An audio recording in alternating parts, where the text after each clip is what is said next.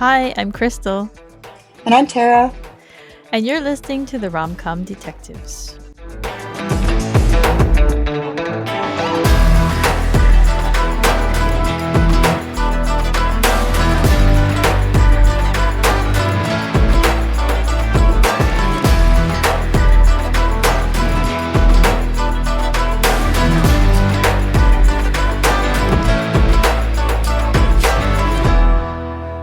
Welcome to Rom-Com Detectives, episode 34. I Hurl Ficis.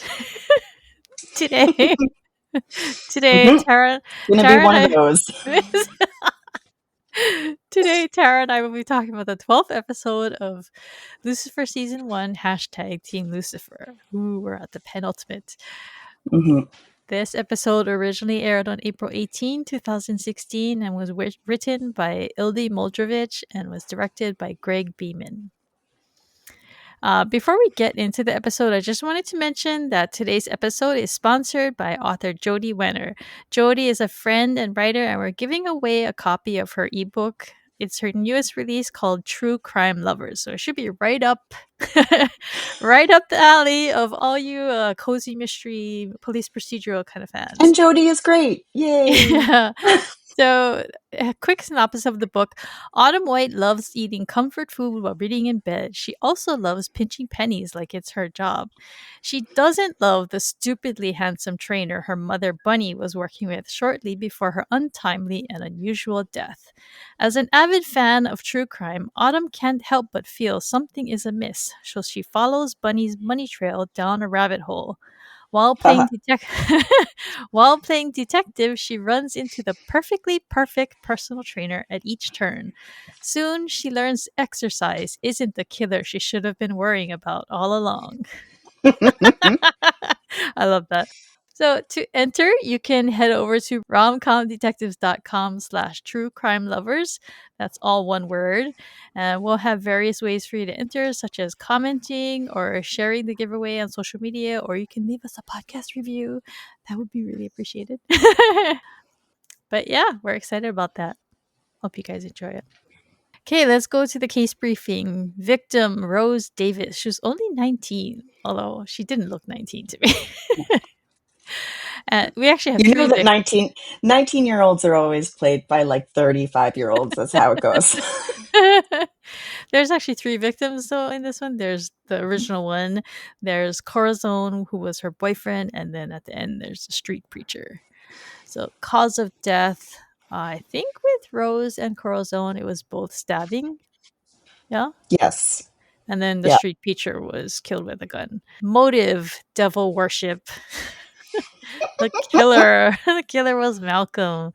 And I think when I first watched this episode, because normally I can kind of get an inkling of who I think it's going to be, but this one I don't think I saw it coming that it was him. No. And it's so good. I mean, we're going to talk about it a lot, but it's so creepy and it's so good. Yeah. So there are a couple of guest stars that are worth mentioning. There was Evan Arnold. He plays the preacher. He actually has almost 100 acting credits. He was 911 Lone Star, NCIS, Veep, The West Wing. He was in a lot of things. But the one that stood out to me most was the guy who played Onyx, the church guy. He's played by Ross McCall, and he's from 24. He's been on Castle, Luther, Bones, but most notably for me, he plays the sheriff from Silo. And he was also Matthew Keller on White Collar. He has a very distinctive voice. He really does. Yeah. So as soon as I heard him at the beginning in the opening scene, I was like, "Oh my god, that's Matthew Keller!" I know that voice from somewhere. Yeah. But also, I wanted to note that the synopsis for this episode on Netflix and on IMDb is so strange. It's completely wrong. So the Netflix one says a murdered woman's body is twisted to resemble a pentagram, leading Chloe and an increasingly disturbed Lucifer into a seedy underworld. And so for one, I was like, no, she was just stabbed. There was no pentagram on her. She was inside a pentagram. Yeah, but her body isn't twisted to resemble she's just one. lying there. No.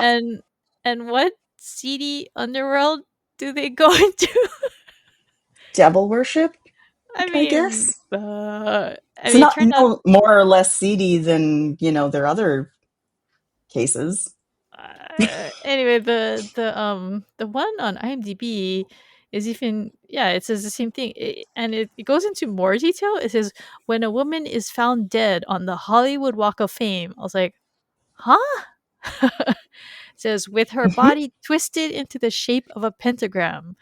The investigation leads Lucifer and team into the world of Satanists, where they soon realize evil doesn't always live where we expect it to.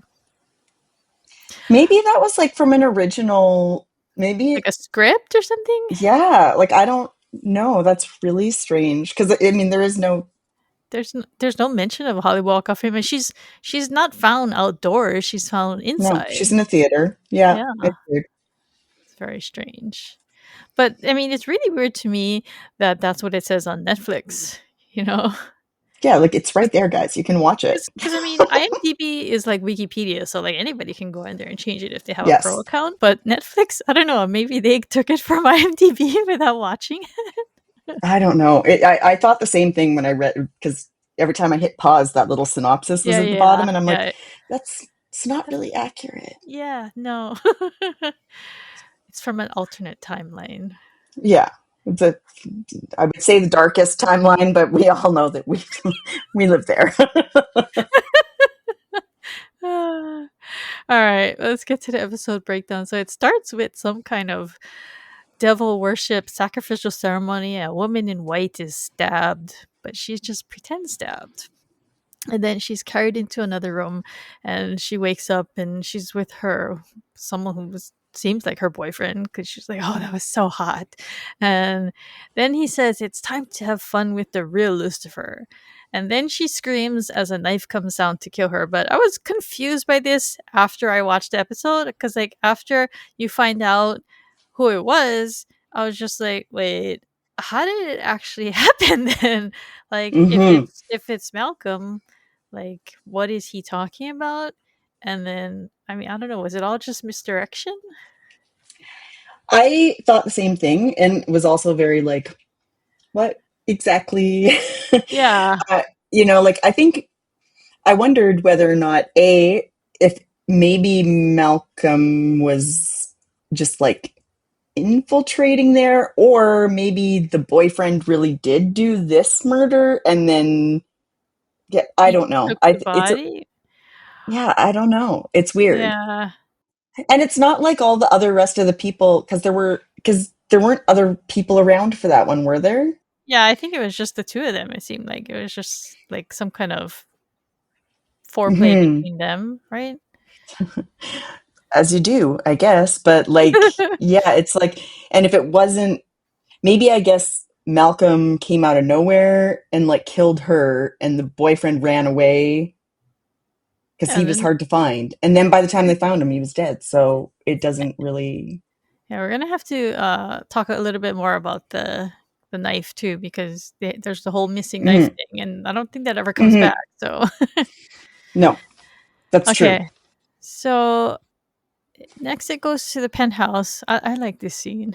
Maze is Me too. Maze is flinging knives at Lucifer's chest, and it's just clanking against him because he's still invulnerable when it's just him and her. Uh, and like they're testing different metals. They figure out that iron is fine. He tells her to try the copper one. Then he bends down to pick up that knife, and then she flings the next blade at him, and it goes whizzing right over his head and out the balcony. I was like, oh my god! I hope no one was down there. Right? Knives falling from the sky. Breaking news. Imagine you're just driving on Sunset Boulevard, and then clunk, this knife just falls on your car. So weird. I know, it's so bad. I mean, it's funny. It made for a funny shot, but also like, don't throw things out windows, guys. It's not good. But then, like, Maze is pretty annoyed because she says, "Well, they know that it's Chloe, so why don't they just?" Yeah. She wants to just go get rid of her, I Yeah. guess. But Maze just has her like, this is the problem. How do you fix it? Kill this is it. very simple.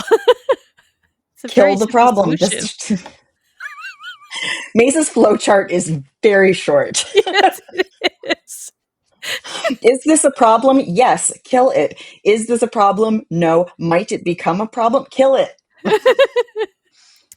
So Maze throws a demon blade at him. He catches it right in front of his face, and this is where we learn that this blade can actually hurt people like Lucifer. He doesn't say kill though. He just says it can. He says those can prick. So I guess they can be Yes. hurt by it. Lucifer asks her for an update on Amenadiel because apparently it's been 3 weeks since she told him that she can be his inside woman with Amenadiel, Hmm. but he wants to send him back to heaven. So he goes Yeah. into he goes into his bedroom and he kicks the stairs on the way, causing his toe to bleed. Oh my god! So I kick my toes all the time, All but the time. I've never made my toe bleed, so this was very traumatizing for me to watch. I was like, oh my god, it must have hurt so much. I have done that and made my toe bleed, and it does Oh, hurt so much. oh Because god. usually, what it means is that your toenail has broken in an awkward Uh, way and like stabbed you in the foot. It's really unpleasant. And then, of course, it's toe, so it's like you feel it all the time until you, uh, ugh, it's awful. I mean, because you use your feet so much when you walk I anywhere, know. right? So Yeah. Can't get away from it. It's like if you cut, a finger or something and yeah, you're just like, yeah.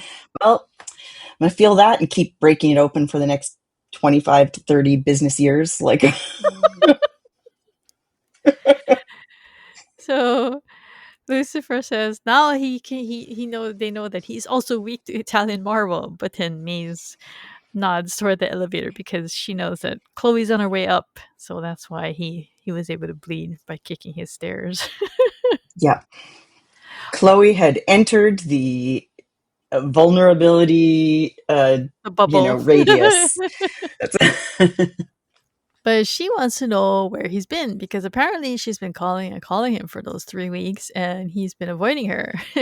He's like, well, I've got my nightclub to run. But she's actually come looking for him because she has a case that she really needs his help on. And when he asks what's so special about it, she just says, you just have to see it for yourself. Can we also And just appreciate how delighted he is that at first, like, even though him and Maze have just had this whole conversation about how Chloe is the yeah, yeah. problem, as soon as Chloe's like, I need you for this, he's just like, ooh, she needs Ooh. me.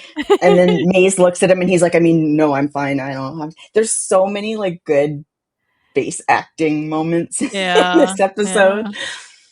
They go to the scene and Chloe is going over like the victim and everything, but she stops because she doesn't understand why Lucifer's walking so far behind her. He says you sound a little phlegmy. He doesn't want to get sick. His excuses are so bad and so And funny, they're like so throughout this whole cute. thing. Just the Yeah, way that he hangs back and he just looks at her so nervously, like he can't figure yeah, out what it is about her. It's I don't know, I just love that he's scared of her, right? The yeah. devil, he's scared of her. Yeah, I mean, apart from, Maze has been throwing knives at him, but it's Chloe who's the terrifying one, right? Like, So as they're walking in, a street preacher, and it's the street preacher that I think it was in the first episode, right? Was it I episode think 1? so. I Yeah. think so because there's kind of they end up doing that. I mean, it ends up being a different character later, but like they do that where they kind of bookend the series Hmm. by having the same like a very bit part character kind of like come in Come at the back. beginning and at the end Mm. throughout the thing, and it really works nicely. I was thinking about that as I was watching this today. I was like, oh, I like how they have something that seems like a throwaway moment or a throwaway scene that ends up kind of being more powerful because it's connected to the bigger arc. But yeah, he's very antagonistic. Even though he was initially scared by Lucifer's devil face the first time they met, he has found some courage, and he just openly calls out Lucifer. He says, "Evil is here," and Hey, he. buddy. Yeah. So they go inside and they look at the body, and He's still confused as to why she's called him onto this case until they turn her over and he sees that on her back, the words "Hail Lucifer" has been carved into her flesh.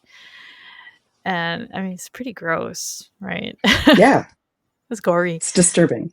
Yeah. But this is where the intro plays. And then after that, Lucifer, he's kind of disturbed. He's expresses disdain for Satanists because he gets blamed for things like this because they do it in his name, and it bothers him. And this is something that they thread throughout the episode. They always do that. They Yeah. thread something about him through the episode, and this is what it is for this episode. Um, the and then the preacher somehow gets into the theater and he's keeps up calling him things and taunting him and saying he's evil. Malcolm steps forward and kicks him out, and then he comes up on the stage and he's just like winking at Lucifer very obviously.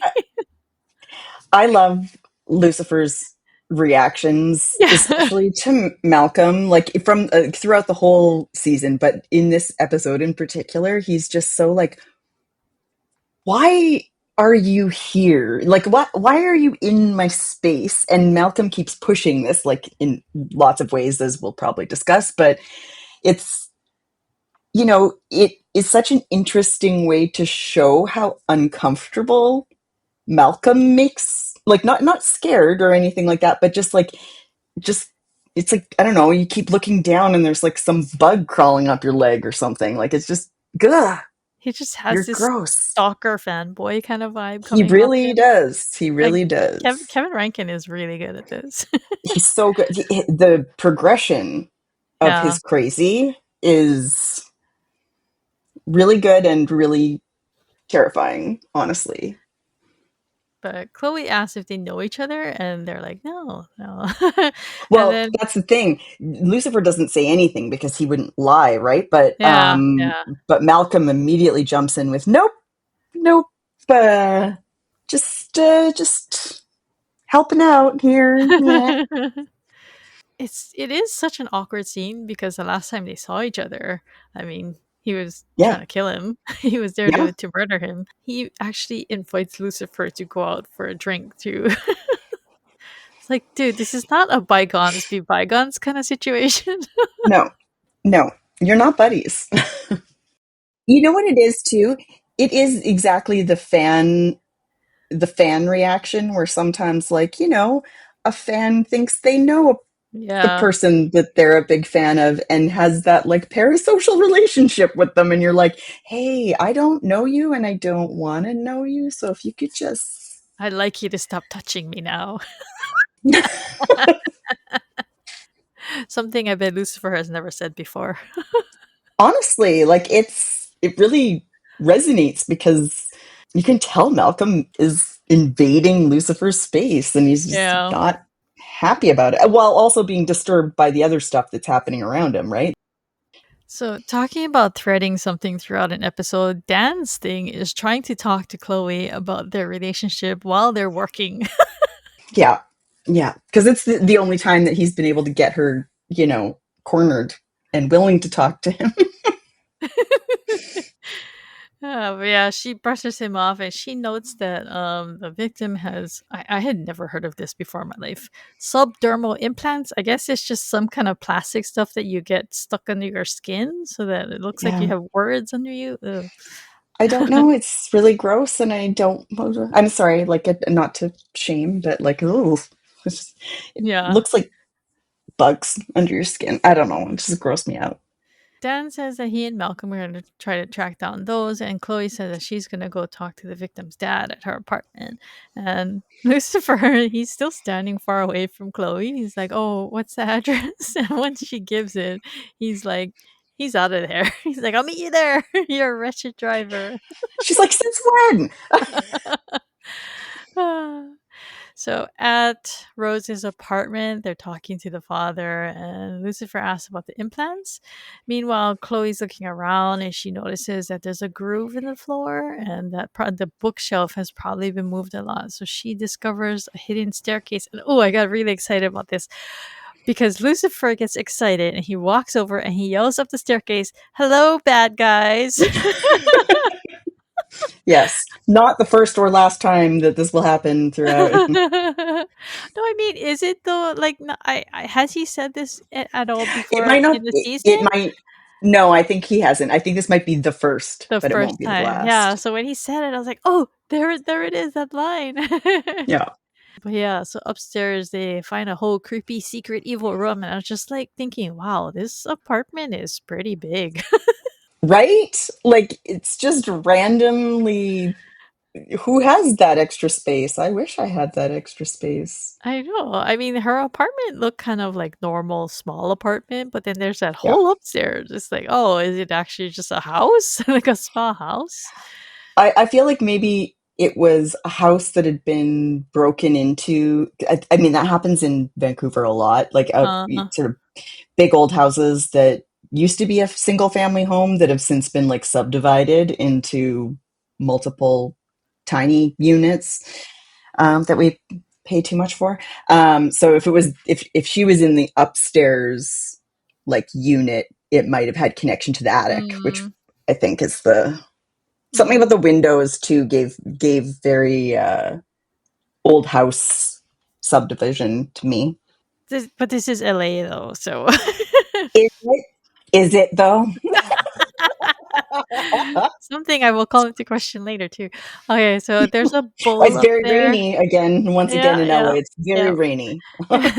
There's a bowl that contains bloody organs, and Chloe says it's from a chicken. It didn't look like chicken guts to me, but whatever.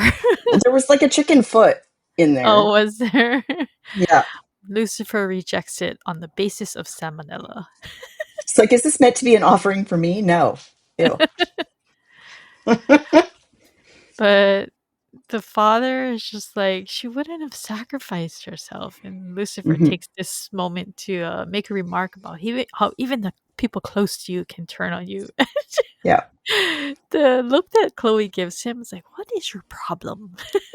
It's like, okay, you're usually not quite this brand of crazy, so where are we at on the Lucifer crazy scale right now? And how do I bring you back down to normal?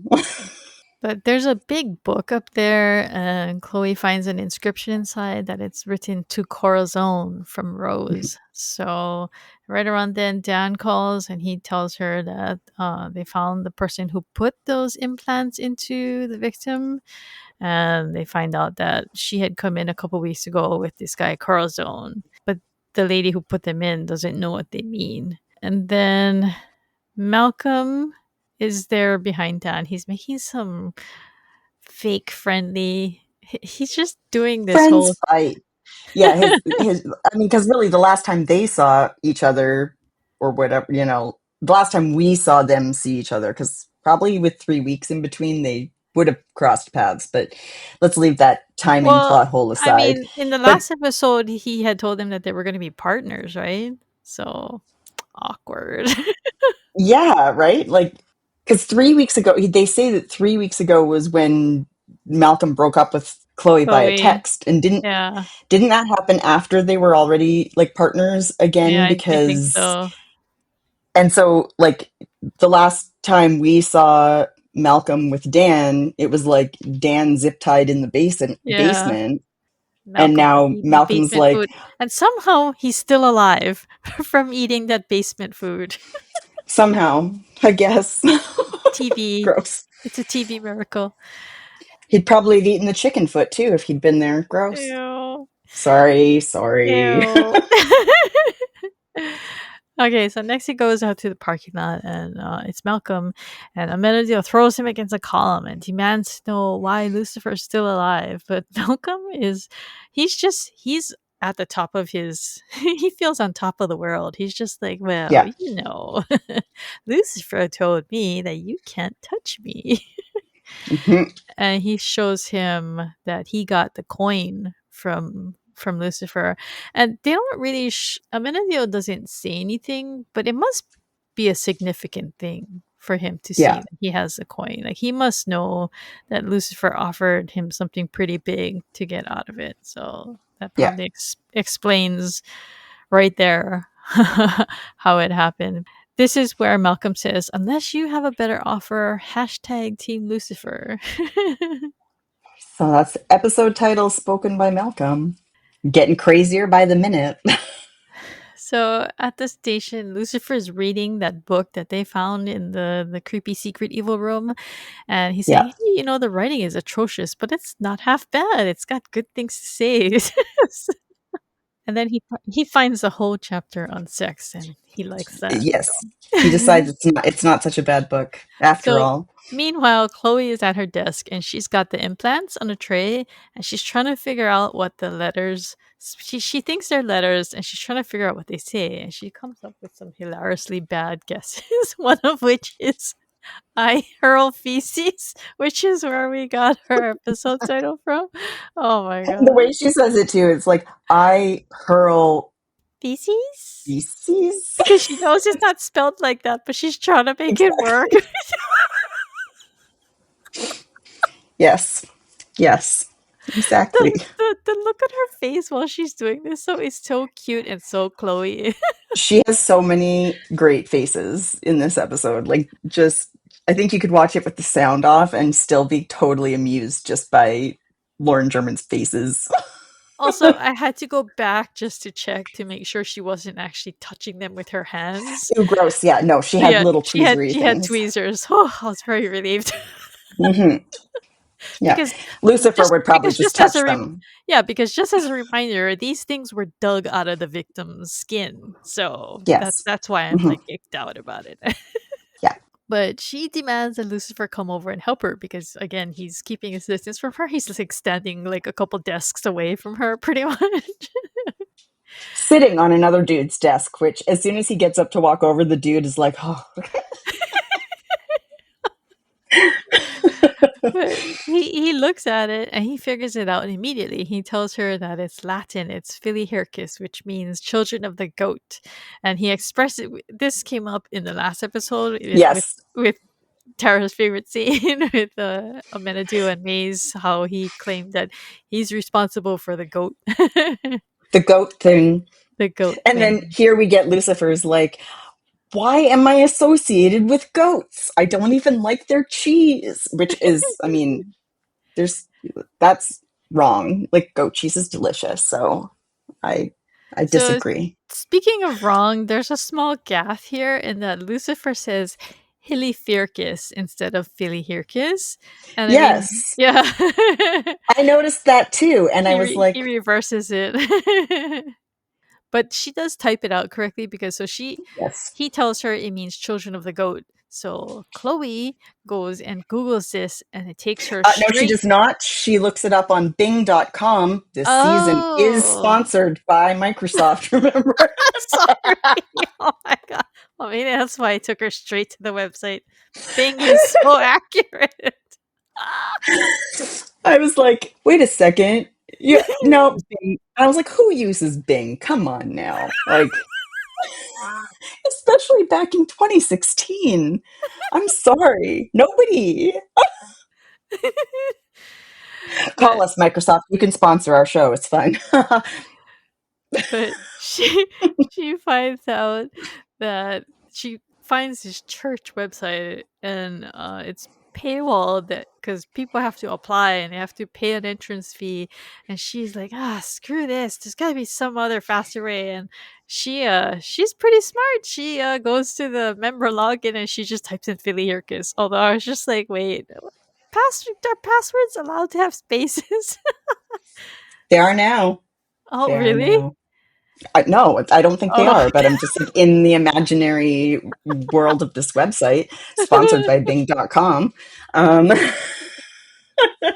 I also have to say that the funny thing is, if you, for example, like I did, pause the screen, To look at the you address. realize no, you realize that the website is actually there's like multiple paragraphs with a link button, but they're just the same paragraph repeated. Oh my god, like lorem ipsum kind of text. Yeah, like I mean, luckily it's not Laura Mipps, but it's exact same words and the two things. It's like you can access our last 20 posts, blah blah blah blah Oh, blah. that's so Children of the funny. goat, and I'm like, wait a second.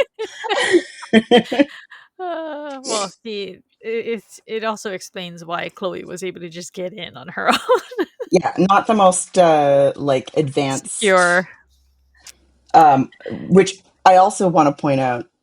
I'm sorry, this is like editor Tara needs to say when she clicks in and there's like the application form on one side, it's like Typos. yes, there's it's very inconsistent capitalization, and then there's like a typo on the other page that's like what kind of car do you drive, but U is UO. YUO. Like, you guys need an editor. They're very busy worshiping Satan. Okay, Tara, cut them some slack. At $200 a membership fee, come on now.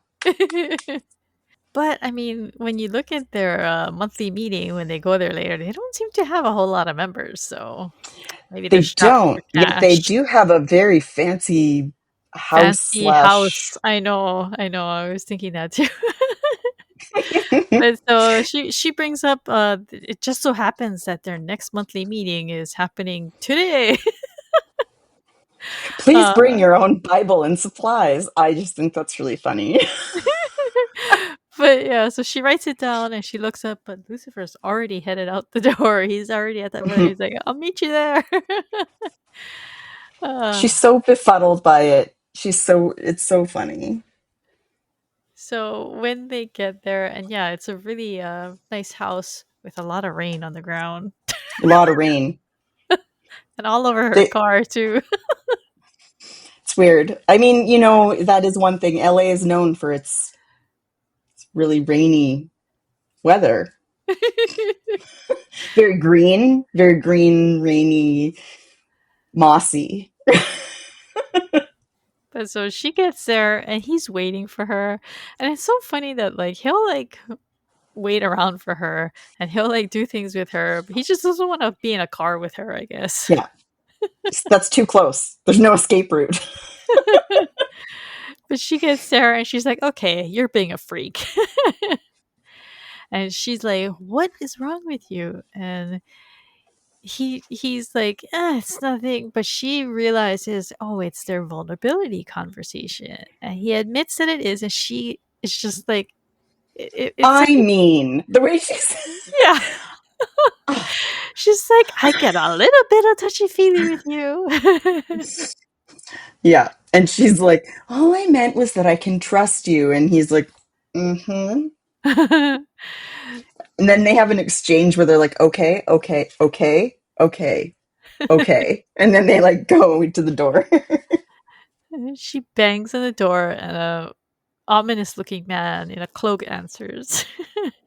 And Mhm. she very Stage dramatic. whispers. Yeah, she dramatically whispers, "Feel the kiss." And Lucifer looks at her like, oh, I can't take you anywhere.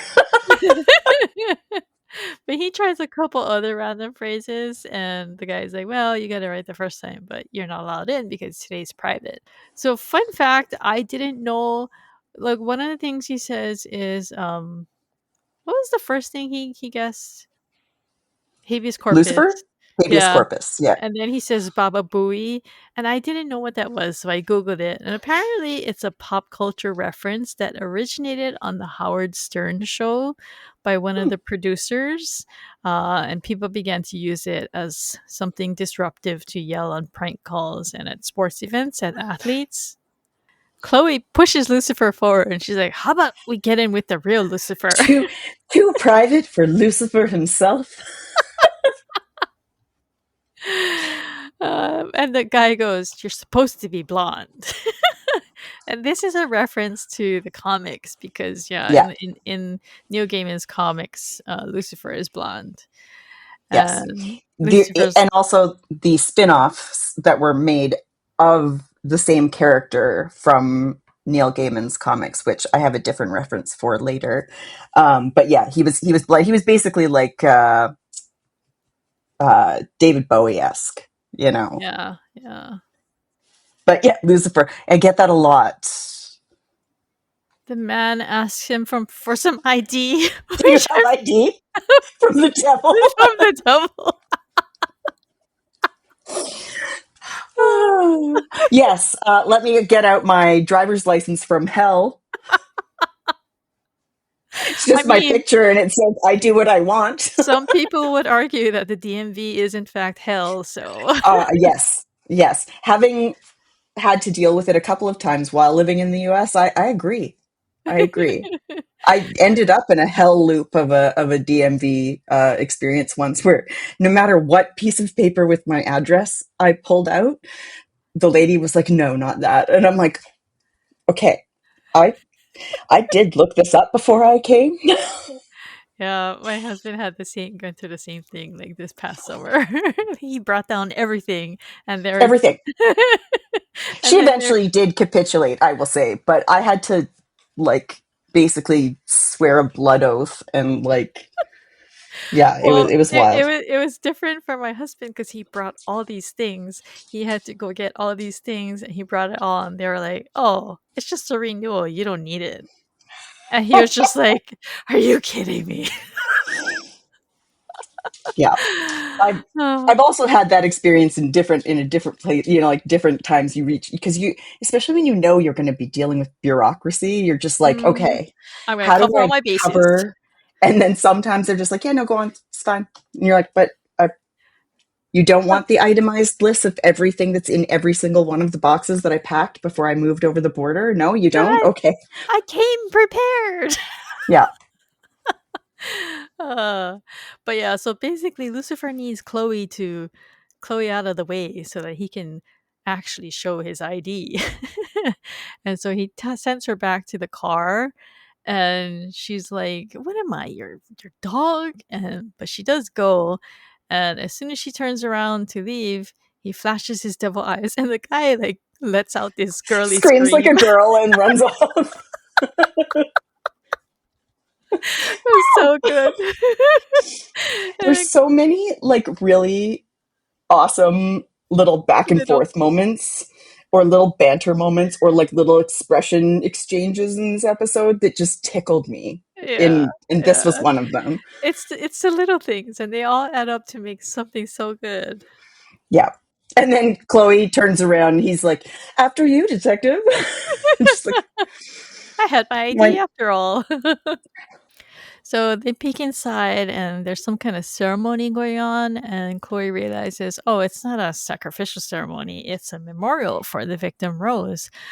And then Lucifer starts critiquing the ceremony because he's so offended by the inaccuracy. my my favorite part is it's like they're like peering through the glass of the door, and she's like, "It's a memorial." He's like, "It's quite civilized." And then Chloe's like, "They don't seem like killers." And then Guy pulls out his knife and he starts summoning the four princes of hell, and Chloe's like, "Scratch that." Like, there are just so many little moments, and still they're watching. And Lucifer's like, "Oh, this is preposterous," and she's like, "Well, I thought you would love this. Like, they're talking about Worshipping you." you. And he's like, "The worship thing is really my dad's thing, but the one thing he can't abide is that when Lucifer is summoned into their room, it's a giant goat head that walks in, smacking its face on the On the door frame. overhanging door." So then That's too much for him. this is so, because normally, I mean, one of the things, Lucifer is usually very polite. He always opens the door for Chloe. He's very like, you know, he's, except in this case where he's like, "Nope, I've had enough," and he opens the door and like smushes her face against it, and she's Yeah, just he like, totally smashes her face. He whaps her right. he's just like, "No, no, no, nope, nope, nope. This is gone over the line." So Lucifer storms into the center of the room and he says he's the real Lucifer. And he says they're all misguided sheep and where is their real defiance? And they get all excited by what he's doing instead Yeah, of like being cowed by his yeah. scathing criticism. They're just this gets him more upset and he like picks up some prop in some glass case. It's I don't know, what does he call it? He's like, "What is this? Is this like an alien fetus or something?" Pickled demon, and as we know, demons do like pickles, but only whole ones served with Yes, steak. served with steak. And then I love the guy's like, "This is the best Lucifer we've had in Yeah. years." Yeah. They start chanting his name. And but while he's ranting at these people, I mean, he sounds genuinely upset, Yeah, right? I mean, he's talking about how a woman died and that this is not what he stands for. And why are they doing these kinds of things? Because he thinks that they're responsible. So I think that's yeah, why he's yeah. ranting like this. He thinks that they're making a joke out of it. He doesn't realize that at this point that it wasn't them. I think that even on some level, even if they weren't responsible, They're doing he's stupid things that he doesn't approve of, in right? his name, Yeah. like that they are associating themselves with him, and this isn't something that That's he. not yeah. Not It's just sanctioned. yeah, and it's just another example of how nobody Twisted. understands him, right? Yeah. Like I think Yeah. that's the secondary thing going on. It's like, can he trust anyone, and does anyone actually understand him? And right now he thinks the answer is no for both of those things. And so that's, one of the things I love about this episode is how we see that escalate throughout, Yeah. and Yeah. Tom Ellis plays it so beautifully because he starts off kind of a bit befuddled, and then he gets angrier and angrier and more hurt and upset. And there's like all these layers to it. Yeah, because this is all happening simultaneously to him realizing that he's vulnerable, right? So Yeah. he's feeling it from all angles. Like he's Yeah. getting beaten up from every corner. And we'll make that literal later as well. He's like telling them like they should be ashamed of themselves. But Hmm. while he's doing that, Chloe notices that the lead guy, the guy who was like leading the ceremony before Lucifer burst in, he's got the same implants on his wrists. And then he like quietly goes into another room and they follow him. And Chloe's like, "Where are you running?" And he's like, "I'm not running. I was just upset."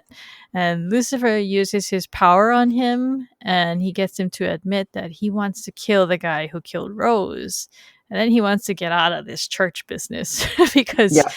he can't stand it. He says he tells them that his name is Onyx and Chloe's like, "Really?" Mm. And he says his real name is Mitch.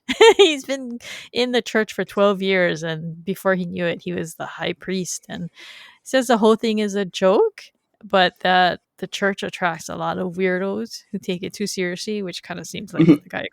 I think he's probably talking about the guy Corazon. So Yeah. and then he explains that the subdermal implants are something that the hardcore members of the church get, and that Yeah. he had tried to tell Rose because yeah, I mean she's only 19, so I mean it's just he kind of came off as like kind of like a regretful father figure kind of guy, like he's nearing Interestingly, an interesting parallel to the street preacher, I yeah think, because the street preacher is very like hostile and not compassionate and not, and then you've got this guy who is like a Satanist who is just kind of like, oh, I'm heartbroken by what happened and I don't want it to happen to other people. So yeah, and he wants to get out of his church too. yeah, yeah, He was just doing it for money at first, I think he said. yeah, because he's like, he has the best line, which is like, "Look, mate, the devil's not going to buy me an Aston Martin," and Lucifer replies, "Not with that attitude." So I like to think that this guy just wakes up the next morning after this is all over, and there's like an Aston Martin outside, Yeah, like, yeah. "Dear Mitch." Take Also, this car and leave. Start your life again. Aston Martins are my favorite. So, like, if the devil wanted to buy me an Aston Martin, that'd be okay. I would accept that. Just because they're so pretty. So the guy Onyx had been using a knife during the ceremony, and Chloe asked about it. She says that, well, that knife could match the wounds of Rose. And he shows him that it's actually just a spring action blade, and that it's not Hmm. real. The blade just goes into the hilt when you poke it into someone. But he does say that they do have a real version. He goes and opens a box, but the real knife is missing. So this is what I was talking about Oh, earlier. This is what I was talking about earlier with the knife. never Like, yeah, gets no, resolved. yeah. So, like, is stuff missing? Did Malcolm join this church? Did he steal the knife? Did he know Rose? Was he at this opening ceremony in the beginning? I mean, there's stuff Yeah. that's not here that we're missing some context. So, Yes. yeah, some things need to be filled in. I think it's probably that Malcolm maybe joined this church. Yeah. Maybe he thought, "Oh, I'm a Lucifer fanboy now. I'm gonna go join this church for children of the goat." Yep. And then I don't know, maybe like as a backstory, he realized that, oh, these people are such fakers, and he's gonna show them what a real Lucifer worshiper looks like, right? So, Yeah. Much to Lucifer's horror. but to be fair, I don't know where that could have fit into the episode, like flow wise. True. So I can kind of see why maybe they just cut it out. But I feel like that is probably what it's a Yeah. good. I think it's a good hypothetical that could explain this and why it's not there. So Yeah. okay, he's gonna go get the information on Corazon because he tells them that Corazon is the one who brought Rose into the church and that he had been trying, but she was very impressionable because she was young. Um, And he thought and Corazon was a creeper. yeah, and he kind of was. We get a brief Yeah. glimpse of him in the beginning. Yeah. Very goth And a makeup more, and and yeah, I mean, we get a very different glimpse of him later, where he's still got the mhm. goth makeup and very, yeah, yeah. So Chloe's while they're waiting, Chloe's looking at a painting of the devil, which is a very stereotypical devil painting. He's like got red skin and horns, Hmm. and he's He's standing in ripped front. though. Yeah, he is.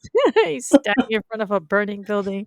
And Chloe's like, I think I finally understand why you chose this persona because he's all powerful and invincible, and then she says, well, or maybe you just chose it because you think everyone is out to get you. And he's like, because they are. Only affirming what she just said. Hmm. And here too, you get back to like his inner journey a bit where he says, but like, I didn't choose this. Why would I choose to be vilified? Why would I choose, you know, to be the bad guy? And then they go and look at the other painting, which is basically a very bad rendition of Lucifer being An taken down angel. by Michael. I mean, I think it's based on the original, which is a Michael painting, and this is also where we get the bit of lore tidbit that one angel can hurt another. Yeah. And this sparks a thought in his head. He's like, wait a minute. He like literally starts feeling her back. He's checking for wings. And while So subtle. I know, I love this because he's like, Onyx comes back with a paper and Lucifer is just staring at her back. Like, After like rubbing "Oh, it all yeah, awkwardly, and she's just like, what I the don't hell know are you what's doing? wrong with you today. But I guess she's thinking this is better than you being like 6 feet away over there, He's you being weirdo. extra Lucifer-y today. Yes. Yeah. Okay, so oh my god, so the next scene is Maze and Aminazir. Oh my god, we gotta talk about this bedroom that they're meeting in because what in the world? Like, They meet in a very white bedroom. She's brought him takeout and asking why he so stood her I think up. it's supposed to be his house. Because if Is it? yeah, because she, like, she's like, why did you stand me up? Which means that implies that, like, She's she has hunted gone him to where down. he is, and apparently he just lives in a bedroom with a canopied, flowy white bed in the middle of the room, and like 500 Candles candles everywhere. lit everywhere. And I'm just like, Amenadiel, what have you been watching? What? It's- What? Where did you get the idea for like how to decorate your home? the theme is God's favorite son. Uh-huh. He Mm-hmm. missed his home, so he's gotta decorate it to look like the Silver City. Yeah, it strikes me as so funny because it's like, you know what? It's just missing the fog to like make it like an 80s music video. Like there's going to be like thrumming guitars in the background and like Or Kate or Bush is going to start singing. I don't know. It's just a or very, Enya music. yes, like stereotypical, like there's a bubble bath with rose petals on it somewhere. It's in the other room. Like But just the way that the room is laid out too, like the big bed is just in the direct in center the of the center. room. But don't you put your bed in the center of the gigantic room with no other furniture With except there's a wispy fireplace curtains. and candles? Like it's a fire hazard. I was like, I Um, think there might have actually been like Christmas lights too. Am I misremembering oh, that? maybe there were. Yeah, Yeah, it was a very twinkle light strange. never felt wrong, did it? Did it? Yeah, I don't know. Amenadiel's like it's just his secret soft romantic side. I don't, So bizarre. But he's very broody here. Mhm. He's failed to kill Lucifer, and now he's sleeping with a demon. And Maze is She's just all like, like, "Hell yeah, you are," but she's like, I've had a lot of sex with men and women, and a lot she of has, men and women and a lot. but she tells him that if he's not happy, he should go home. So she's trying to push Lucifer's agenda on him here. Mhm. I But he think 'cause says, she really doesn't want to have to do send anything. him Yeah. home, but he says he can't face his father as a failure. Yeah. Like, oh, honey, you already there. So next we go, I guess they've gone back to Chloe's house. She hangs up the phone saying that they found out Corazon's real name because all they had was, like, I guess, a PayPal address. But then she says, "Oh, it's going to take a while for us to track him down. So why don't you just go home?" He's like, "Nope, I'm staying with you until we catch the guy," because which is so aggravating for her because she couldn't get him to like answer her calls, and now he's just like, "Nope, Yeah. I'm gonna stay right here." But she She's says just like, she's I couldn't get a hold of you, and now I can't get rid of you. And he's like, hmm. But she says, "I'm gonna go take a shower. Do not wake up Trixie." So he immediately wakes up Trixie. I love that he just kicks open her door like so casually, like Mhm. dunk. And then chucks a toy. I don't. She's sleeping. She is sleeping. Yes. I thought I hadn't remembered. I thought maybe he would open the door and she would be there like, "Hi, Lucifer," but she was Mm-mm. sleeping. And yeah, he throws a stuffed animal at her, and then he goes out and he like waits at Chloe's desk, like, I wonder Looking what's all gonna happen casual, next. like he didn't actually just do it. She comes out, she's like, "Did you just throw a toy at me?" And And he's then like, "No." he starts full Huh? on interrogating her. Yes. Are Yeah. you adopted? Does your mother have special powers? These questions are so strange. I love how Trixie just rolls with it. Like, oh yeah, I just woke up and now Lucifer's asking me about weird stuff, but I guess that's the way it is. And he's like getting nowhere, so he offers her what he thinks is the standard bribe for her, and he offers her chocolate Mhm. cake, and she's like, "I want cash." He's like, She's "I evolved. like your style." I have like basically like in imagination that starting from here, Trixie is already like, I'm going to fund my education Yep. via Lucifer. Like, this is the Trixie University Fund, fueled one crisp hundy at a time. But she gives Lucifer a juicy tidbit. She tells him that Chloe does have a scar. It's on On her her butt. butt, and it's from the Kraken. Before he can ask what the Kraken is, Chloe comes downstairs and My mother also has a scar on her butt. really, It's not from the Kraken. It's actually horrible, but she was filling the dishwasher and she fell backwards onto a knife on her Oh my butt god. while that was like sticking up out of the Oh god. dishwasher. Oh god, that's horrible. I know. But as soon as every time Trixie says she has a scar on her butt, I'm like, same. Like moms just have scars on their butts, Oh my right? god. That sounds terrible. Oh, I'm gonna be scared of my dishwasher when we can't leave it open Just put anymore. the knives point down. This is what you've. Everybody listening out there, put your knives point down. Don't do what my mother did. That's how you learn lessons the hard That's way. how you learn lessons the hard way. Exactly. I don't need to learn that lesson the hard way. I'm happy to take my mother's experience and, yeah. But yeah, so Chloe's like, "Why did you wake her up? And what are you doing?" And she's just like, "Can you just has to stop?" She apologizes for freaking him out with the whole vulnerability thing, and he demands to see her back. I love that she prefaces this with, okay, no more freaky behavior. And he's like, take your shirt off. And it's funny because she's like, "Why?" And he's like, "I need to check if you're an angel sent to destroy me." And she's like, all right. Like, This I'm is like, life now. She's used to it. she's like, oh, he's like deep in the delusion, is what she's thinking. And it really, it does go to show that she now trusts him quite a lot. She's just like, all right, like I've got some moles, but no. And then she reassures him again that not everyone is out to get him, and he's like, hmm. So I do want to note that when she pulls her shirt up, she's not wearing a bra. So did she go? Did No, she go upstairs, take off her bra, and then put her shirt back on to go get her phone downstairs? yeah, maybe. She's like, Yeah. well, I should probably be wearing more than a towel, but who But wants to do up those clasps again? she gets a text, and Corazon has been found. So I want to know: does she go back upstairs and put her bra back on?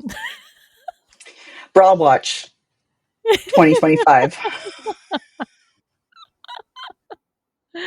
We're very serious Oh, people. yes, Do we are. do serious things like watch for sex couches and bras Deep and analysis. chest hair. Like I know this is the people want to know.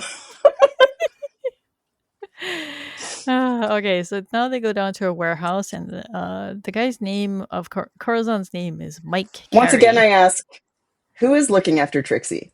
There's an Okay, imaginary neighbor. yeah, But I mean, yeah, because Dan is down here too. So yeah. both her parents are present at this scene. They must have very forgiving neighbors who are like, "Hey, Maybe look she's at sleeping in the back of the car. even better, hi, honey. I'm just gonna leave you here in this crime scene, but don't come out." Just be quiet. Don't leave the car. All right. So Malcolm and Dan head inside. Yeah, actually, they show Malcolm and Dan They arriving do at the first. scene. And the way that they found him is that the guy's car was found abandoned outside this Hmm. warehouse. So they go inside and they're like getting spooked by things. And Malcolm jokes at Dan, "Please don't shoot me again." Hmm. uh, he sure has a sense of humor about things, huh? Yes. But they meet up with Lucifer and Chloe, and Once Lucifer again, driving time non-existent. They teleported there. Lucifer greets them as Detective Douche and Detective Stash. And The I spinoff we know everybody really wanted. yes. Earlier, he had referenced Malcolm's mustache as a porn stash, which I Yes. love. And it's true, because that's what it looks like. A Yeah. bad one.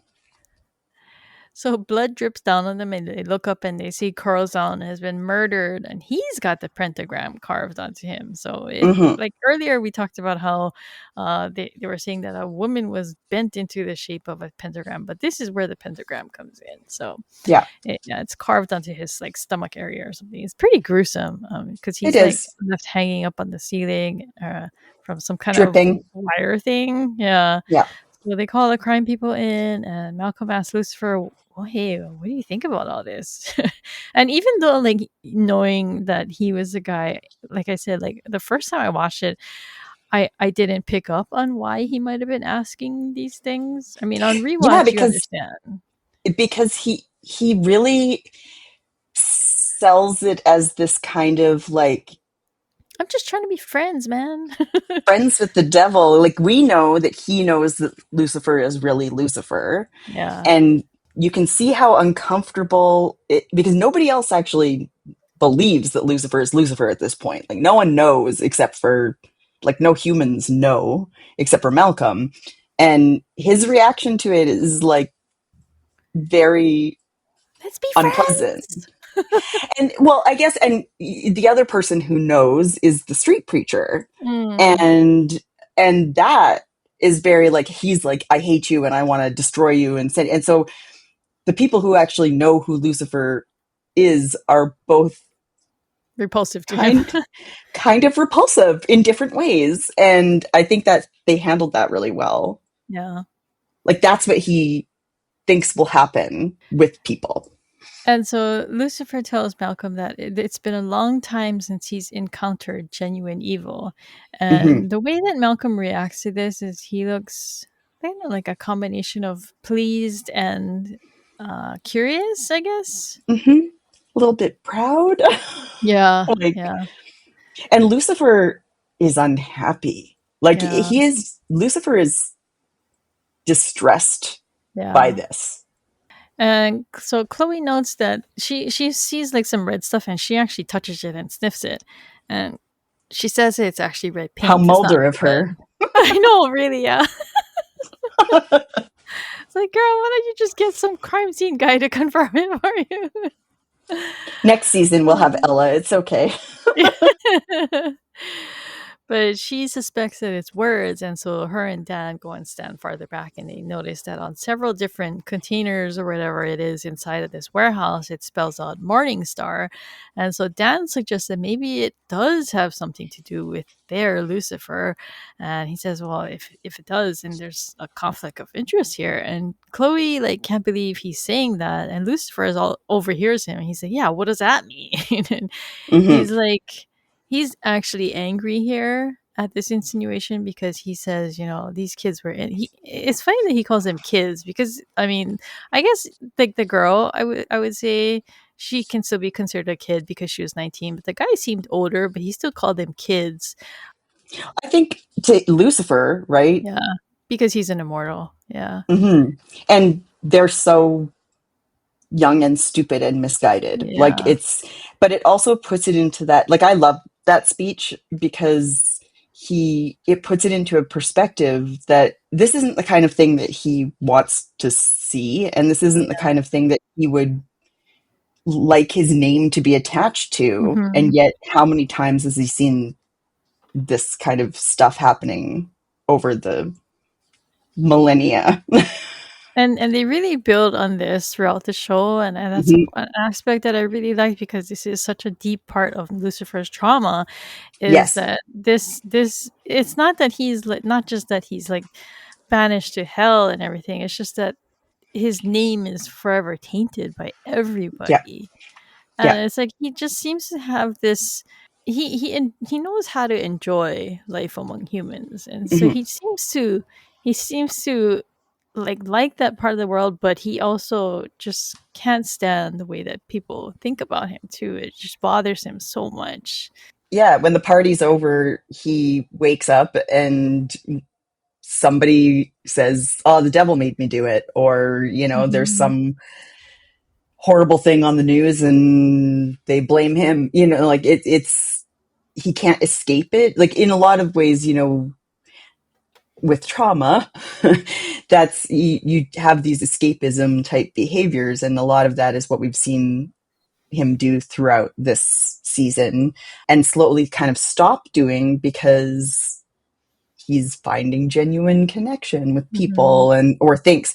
And now this a lot of this episode is about not necessarily him backsliding into those behaviors, but really feeling the weight of how little connection he actually has. And that's, I mean, he's he's really distressed in this episode, and Well, it's it's not just that too. It's because he's like going through all this growth. He has this new appreciation for all these things, and yet everything is the same. Like people still think of him as this way, yeah. and it's something that he's always hated. But yeah, that hasn't changed, right? So He says he's in that speech. He says, these kids were pretending to be bad, but they weren't. They were innocent, and I would never hurt them. yeah, I'm not a monster, I'm not a he says. monster. And I think that is where, like, and we'll go back to that over and over again throughout the entire series, is he doesn't want to be a monster. Yeah, And he doesn't, but yet on some level, he's afraid he is yeah. and can't quite. I mean, this is like Linda's entire job. But so Chloe tries to send him home, and he gets upset because he thinks that she wants to protect him, but he thinks that maybe she's just trying to protect the world from him. So Yeah. he's so upset that he makes Linda go and open her office and have a night session. This poor woman. And she It's does it. And I mean, he really is upset. Like, yeah, yeah, he's in crisis. yeah. And it's very nice of Linda because I mean you can see it's nighttime Mhm. outside, so Yes. it's. But he's venting to her that he can't believe that Chloe thought that he was capable of being involved, and he talks about how he thought that they knew each other. And Linda asks, "Oh, do you not trust her anymore?" And he's like, "Well, it's just that this vulnerable thing," and she misunderstands. He's talking literally. Because she is still looking at this through the lens of, okay, this is the delusion through which this He's dealing patient with it. is dealing with his trauma. So when he says, like, no, no, no, I was immortal and now I'm vulnerable, and she's like, it's called intimacy, and he's like, no, no, she actually makes me exsanguinate. Like, poor, poor Linda sitting there going like, huh? And also, like, he has the really and we've see that throughout this episode too, the very overblown kind of like, everyone's trying to kill me, like Yeah, everyone's trying, yeah. and that poor Linda is sitting there going like, really? She thinks Okay. he has such a victim complex, right? Yeah. But she tries to tell him that maybe being vulnerable is a good thing. And he's like, no, it's not, because it means I'm at everyone's mercy, which is Hmm. basically him not liking the idea of him being mortal, which is what everyone Yeah. has to deal with, but immortals. And she says, well, maybe you should just stay away from everyone then, including Chloe. And he's like, yeah, but Again, the face acting here is just like, this is, it's the one thing that's actually been different yeah, and touched him beyond the, like, playboy hedonist type thing, and he says, I don't want to. And then she she's says, then don't. mm. I also made a note in my notes here that his eyeliner in this scene was just chef's kiss of This whole guy liner. episode, he looked really good. So good. So good. Well done, both Tom and the Because I mean, we've talked makeup. about And how we enjoy his wearing dark on dark, but I like when he mhm. wears the white shirt with the black jacket too. I always feel like he's gone back to original when he does that, like he's sort of like retreating to the armor that he understands Mhm. the most, or that's the most protective. So there's a brief scene next where Maze and Amenadiel or Maze wakes up in bed with Amenadiel in this white bedroom again. She's holding her demon blade above him, and she's like fighting with herself because I guess she's intending to kill him. And Hmm. then Amenadiel wakes up and catches her, and he looks really hurt, and then he just leaves. Um, And she says, Menadil, and I love that the only thing that, like, 'cause the whole thing is just, there's music in the background, but there's no words. Like, they're not yeah, talking. It's all this emotional exchange that happens without words. And then she says his name and he flies off. yeah. Okay, so back on the street outside Lux, I guess Lucifer Like, why is he outside walking to Lux? Just needed some fresh air. Yeah. For some reason, he's walking back to the nightclub outside, and the preacher is there. I guess there's people. Are there people protesting? They're protesting. Okay. Yeah.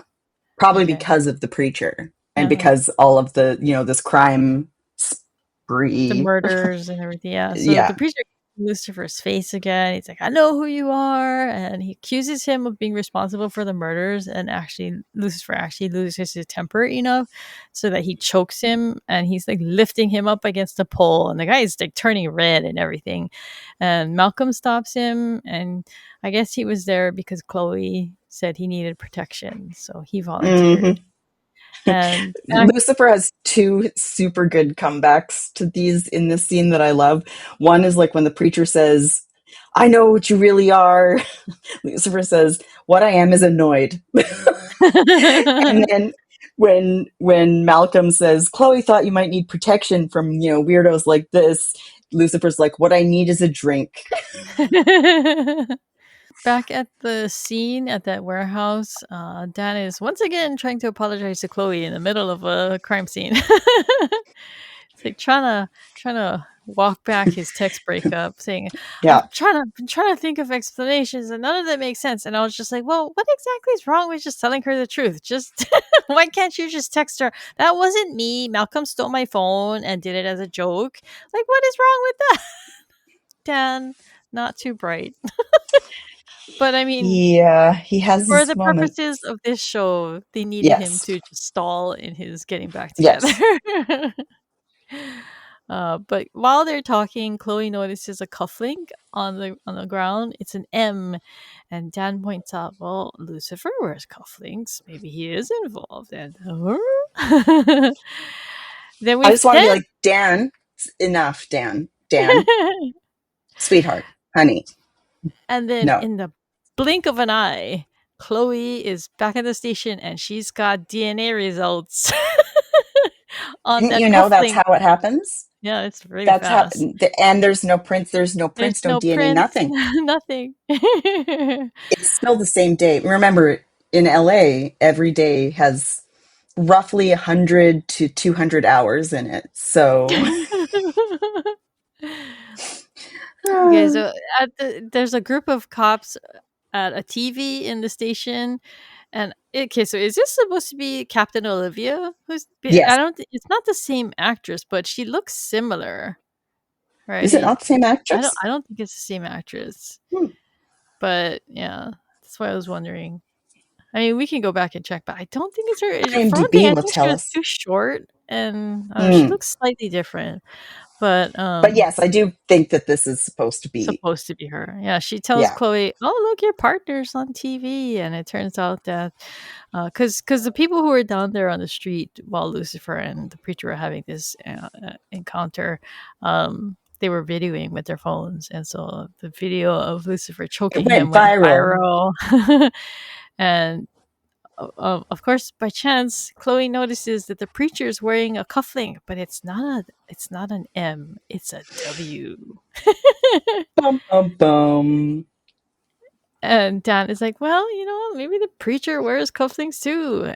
So, and she's like, "One with I an love M?" how Dan is like, who wears cufflinks anymore? Lucifer wears cufflinks, and then when Chloe's like, hey, I think this is somebody else, he's like, everybody wears cufflinks. I'm Yeah, like,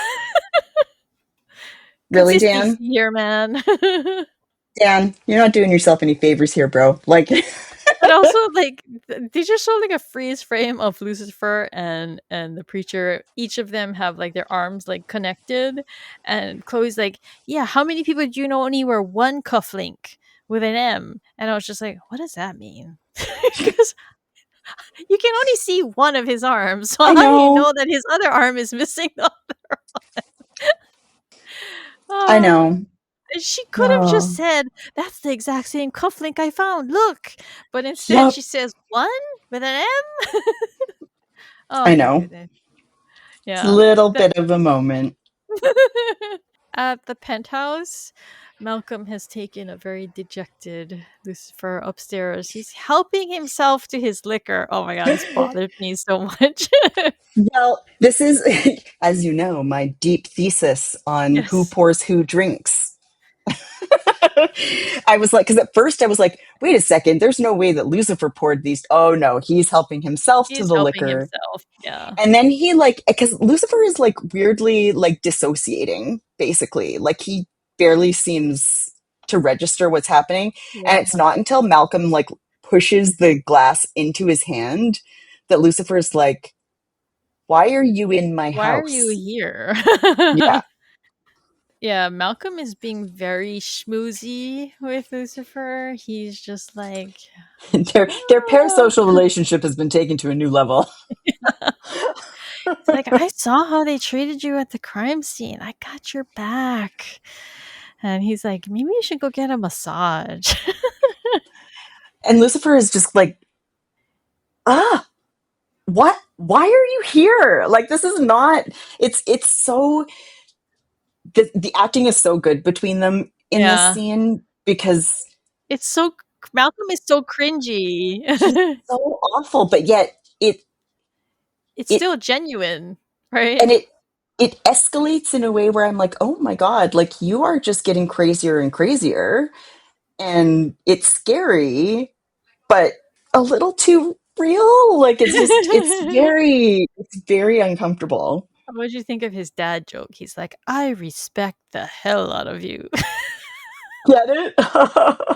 I'm like, oh, grown, But grown. that's important because he reaches up for a high five for Lucifer, and that's when Lucifer notices the red paint on his fingers. And this, I think, is one of the things that I liked a lot about Lucifer as a show in general, is that they show that in very subtle ways that Lucifer is actually really smart detective Yeah. wise, right? He Yes. sees the paint and he just immediately puts it together. And it's the same thing that just happened with Vanessa, right? He Yes. was just in the penthouse in the last episode. She mentioned that she's going to Buenos Aires and it just Hmm. clicked in his mind. He's right. He is just like, oh, you're the killer. Yeah. I It. love that aspect of Lucifer. Me too. And it. Spoiler alert for the future. I know that was actually a huge issue in season 3, Mm, especially. Was that Lucifer really got dumbed down and he would mhm. do really stupid things that you're like, why are you doing this? Like, this doesn't make sense for your character. Like, he's not stupid. He's not, he's occasionally very blinded by his own like self, you know, stuff, but he's not dumb. And so, yeah, I love when they let him be smart and like figure things. I mean, he's freaking immortal. Like, he's been around. Yeah. He clearly has read a few books. Like they're not, Or all the books. or all of them. Yeah, especially since what it's like Lucifer speaks all the languages ever. Yep. So Yep. like, I also thought this episode did a lot of nice little like subtle moments of letting the supernaturals be supernatural, which I Mhm. like not over the top, but like catching the knife really fast and Yeah. catching the there's just these like, oh yeah, you're right, you're not quite human. And I think that's neat. But yeah, this moment was very like, oh, uh-huh, this, you're the one. And then Malcolm, not content to just be cringe, is like He seems really unhinged at this point, right? so unhinged. Yeah. And like delighted with himself as Yeah. if and totally expecting Lucifer to give him Praise, right? kudos for it. And Lucifer is like, oh my god, what do I do to deserve this? Yeah. Like, I cannot already with these Yeah. people. But, like, the way that Malcolm looks though, like, his eyes are just so Oh yeah. big, and he's just in a frenzy, it just seems like. It's his Kevin Rankin was so good at this. But he's just like he tries to deny it, but then he ends up confessing, and he says, "You know, I've wanted to tell you all day that I did this." And he's like, "Oh, don't worry, I even found a patsy for us. I already planted evidence," and that's when Lucifer gets really pissed off, because I Yeah. mean, he considers this his job, right? He's a detective. Yeah. He works. He's a crime fighting devil. But yeah, And um, he does, they have the he moment throws his where, glass. well, because Malcolm says, like, are you impressed? And Yeah, Lucifer's like, you're insane. And Malcolm goes, I know. And you're just like, oh, buddy, like that. And then Malcolm says, like, don't you love, we're the same. And think that's where Lucifer throws the glass, which yeah. he does not drink from at any point, by the way. Ongoing. I thought he does. No, he lifts it, but he doesn't actually drink from it. Oh, okay. Because that still goes with my theory of, like, yes, he got handed this drink by the guy, but he keeps like looking at it, like, how did this drink get into my hand? I didn't Yeah, pour it myself. And then when Malcolm has his like way over the line moment of being like, we're the same, Lucifer's just like, no, nope. yeah. He says he's not evil. He punishes evil. Yeah. And at this point, Malcolm is scared. He pulls out the coin, like, remember, we have a deal. And Lucifer is just laughing at him because he's just like, well, I'm not going to send you to hell. And he literally picks him up and throws him across the room, which, oh my God, I thought that got Mhm. the message across really well. And he's basically just telling him, I'm just going to have Chloe put you in jail where you belong. Mhm. Where you can think about what you've done, And young man. I mean, Malcolm is really scared of going back to hell where he had like his deprivation thing. But Yeah. I mean, And prison would also be a yeah, deprivation. Yeah. jail is just like that, right? So, Hmm. he doesn't want that either. So he pulls his gun, and Lucifer is just not impressed. He just grabs his hand and takes it, and Malcolm screams. But this is when Amenadiel comes in, and he's like, "Why don't you pick on someone your own size?" And we're like, oh, Amenadiel. And so that's what that scene with Maze was for. Is he realizes that Lucifer sent Maze to kill him, and so he's Hmm. come straight from that scene, and he's come to like be mad at Lucifer because Yes. why? Well, you started it, buddy. Like, really? I know, like the Siblings. Amenadu is so frustrating. He's just so up his own ass. I can't stand it. I know. Just Ugh. who orders a pickle with a steak? God damn it, Amenadiel. Oh boy. But Malcolm, while they're fighting, Malcolm chooses this as his opportunity to duck into the elevator and get the hell out of there. And Lucifer sees him, but he's just like, "Well, I gotta fight my brother. He's the bigger threat here." And Lucifer points out, the man that you brought back and hired to kill me, he's actually killing humans now, and that's your fault. And once again, the minute he was being very obtuse, he's like, "No, that's your fault because you should have just done what I said," which is such flawed logic. Oh my god! But it is also very like sibling I logic. know. No, Yeah, mom said do this, and I said do this, and mom said that, so you're in trouble. What? yeah. Like, And the minute he was just like, "If it were for you, I'd be at home." But Lucifer picks up on this. He's like, "Really? You slept with a demon, and like maybe now, and like brought I mean, like a freaking murderer back from the dead. Like, I know because is I that really mean, where you belong?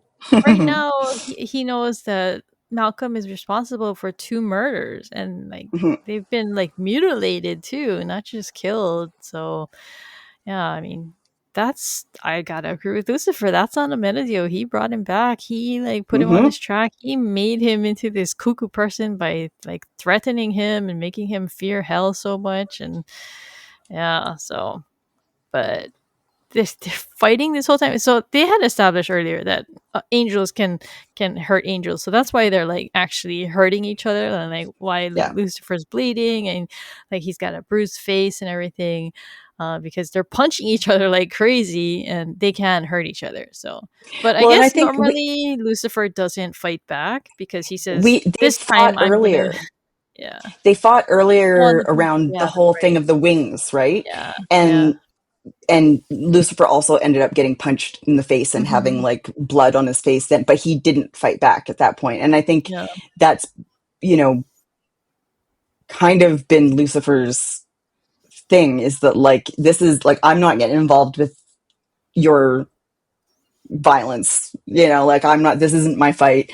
And kind of in a weird way like maintaining the upper hand, but this time he's like, no, actually maybe you deserve to get a punch in the face, so Yeah. let's do this. But oh my god. R.I.P. all that top shelf liquor. I literally wrote down like sad liquor. He throws a Amenadiel into it and they all shatter. Oh my god. And It that's all was whiskey, man. Like, you know, some of those bottles probably cost like 10 grand I just for a know single bottle. it was insane. Now where am I supposed to get a drink? Exactly. But basically, like Lucifer realizes that Amenadiel is so upset because he actually has feelings for Maze. He uses that against him. He says, "Oh, I don't blame you because Maze is a wild woman in the sack," and Hmm. that hits right where it hurts Amenadiel. And but then Lucifer tells him, "I can't believe you used Linda and Malcolm and Chloe." And Amenadiel is like, "I don't know what you're talking about with Chloe." So he's denying that this vulnerability thing has anything to do with him and Chloe. Yeah. But while they're fighting, Maze yells at them to stop and says, because they're like going back and forth, blaming each other. I'm the pawn. No, I'm the pawn. You made me.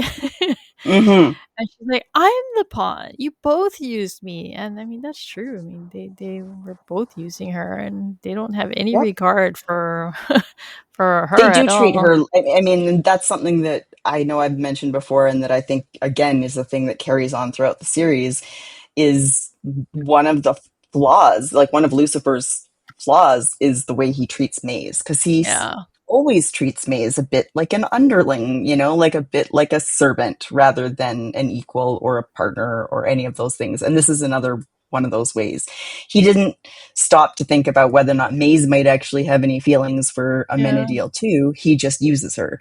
And it's uncomfortable because, you know, He just considers her like a tool in his box, right? So, exactly. Because she was, you know, yeah. like that is what she was. Yeah. But she leaves two of the demon blades and tells him to kill each other. Hmm. How And Maze. How that Maze of kind of you. brings him, that kind of sobers him, and I guess Amenadiel leaves. Chloe and Dan arrive outside. They're looking for the preacher because they think, because of the cufflink, that he's the killer and that he's going after Lucifer because he's been aggressively going after Lucifer the whole episode anyway. So, but Dan confirms that he knows that Malcolm is inside with Lucifer. So Chloe goes in and she finds Lucifer drinking at the bar, and he looks really down.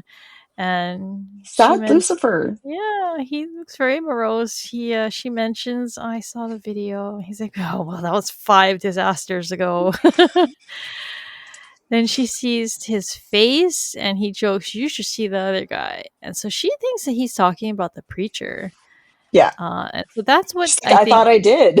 Yeah, so I think that's like the line of thinking that they have us like looking at with her, because Hmm. she asks what happened and he starts actually telling her what's bothered him this whole time, is that he's blamed for all of humanity's evil, that all these things are committed in his name, as if he wants people to suffer. And The he way he tells her, delivers that line, I it hurts. know. It's so, yeah. He says all he ever wanted was to be his own man, and instead he's been shown how truly powerless he is. Hmm.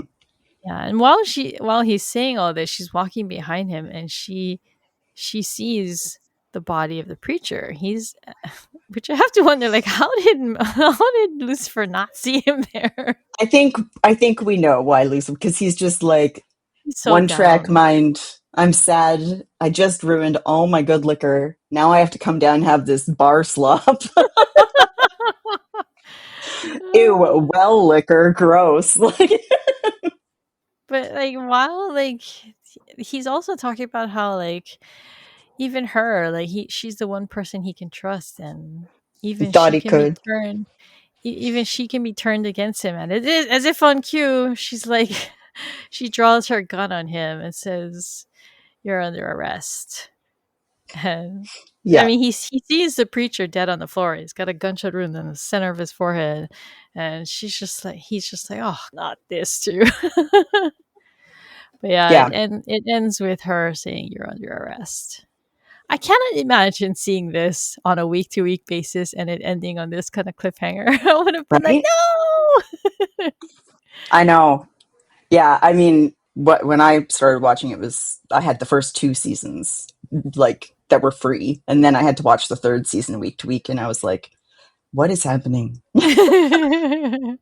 And I'm like, it's I get it, I get it. They're like trying to show, Chloe like not believing him, whatever.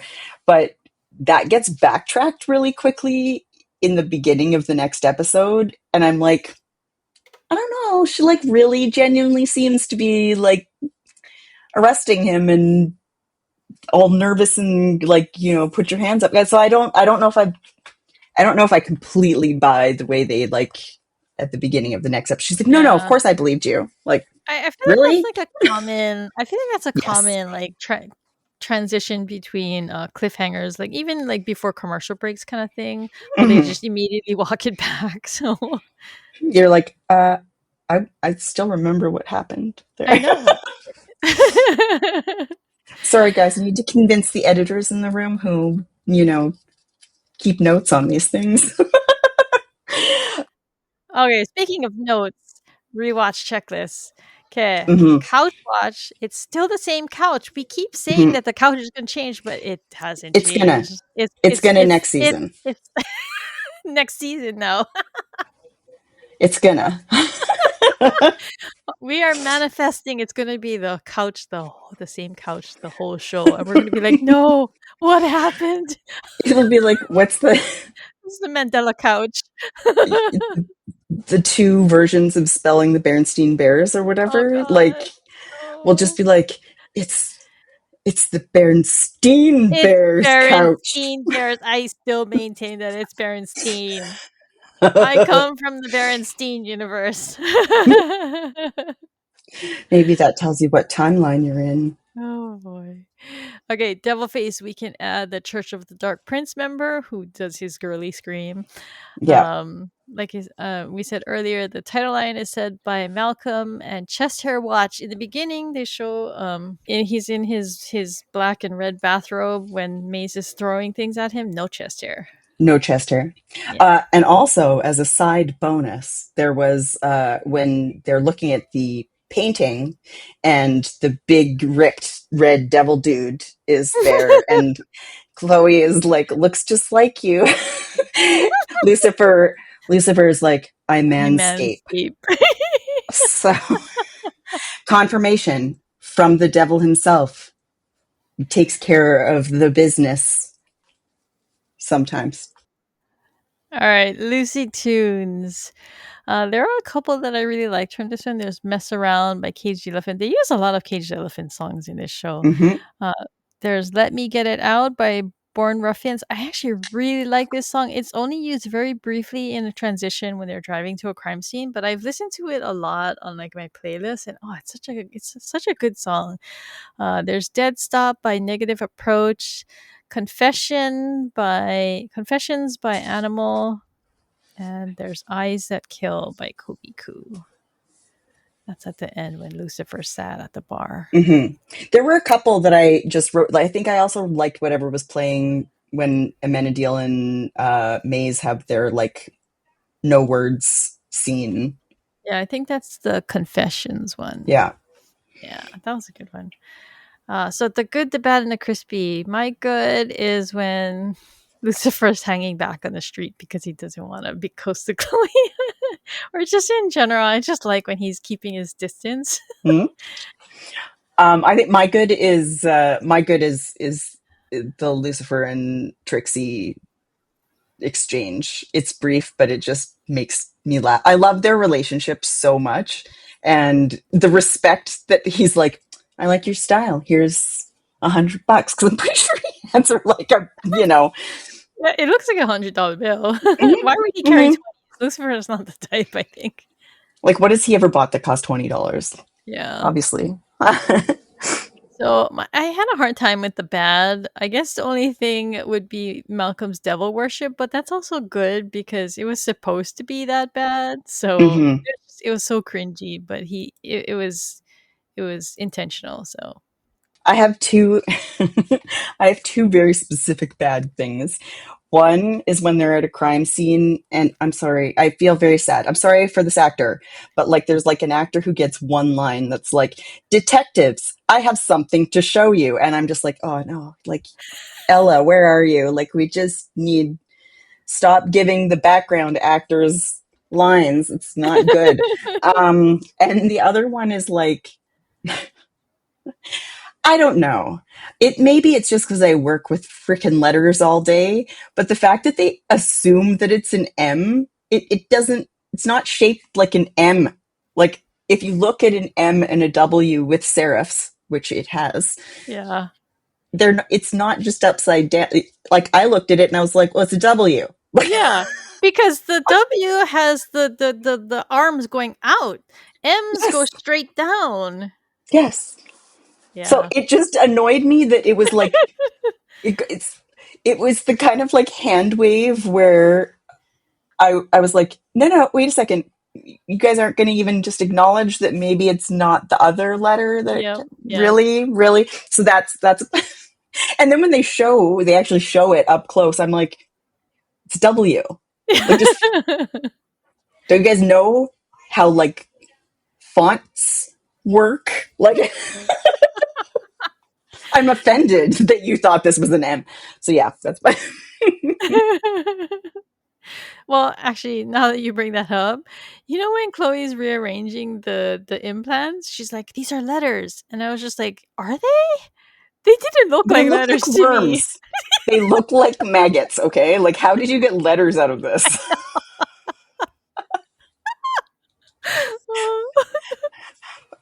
What language do you speak?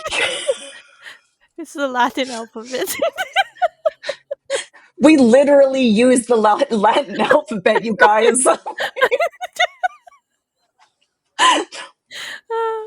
Because they show a shot of the tray, and I was like, I know. "Huh?" They look like maggots. Like they're not. There's nothing letter. Like it's not like you know what. You know what looks like a letter? Those big, colorful letters that have magnets on them that you put on your like that we had in the '80s that you would put on your like fridge, and it Yeah, would always be yeah. like, "This is a W." And you know what? The W's and M's did not look the same. Just And at the again, same time, I was like, "Why is Chloe trying to figure out what it says by using the actual things in tweezers? If she knows their letters, why doesn't she just write the letters on a pad and then just keep trying different combinations? Instead, she meticulously uses tweezers to place them in different areas." she's very visual. She needs the visual aid. Don't Ah, shame her. that's what happens when you hurl feces. It's true. It's true. I just, I love like you could have kept looking at those for another 100 years, honey. Like it's not even. It's Latin. Lucifer instantly. That's Latin. Goats. Fucking goats again. Oh dear.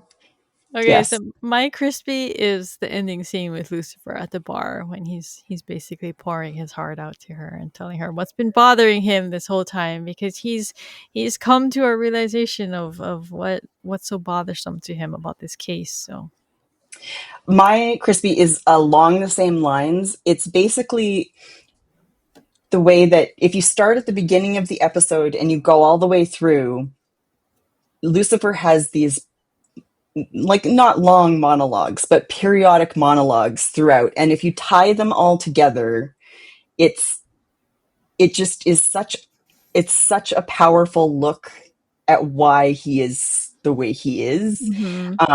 and the way like what it is that actually hurts him about the way people think about him and the way he I love the arc of essentially like his monologues throughout the piece because they really paint this picture of why he's sympathetic and why we've come to care about him, um, against kind of the odds of the concept of like your main character is Satan.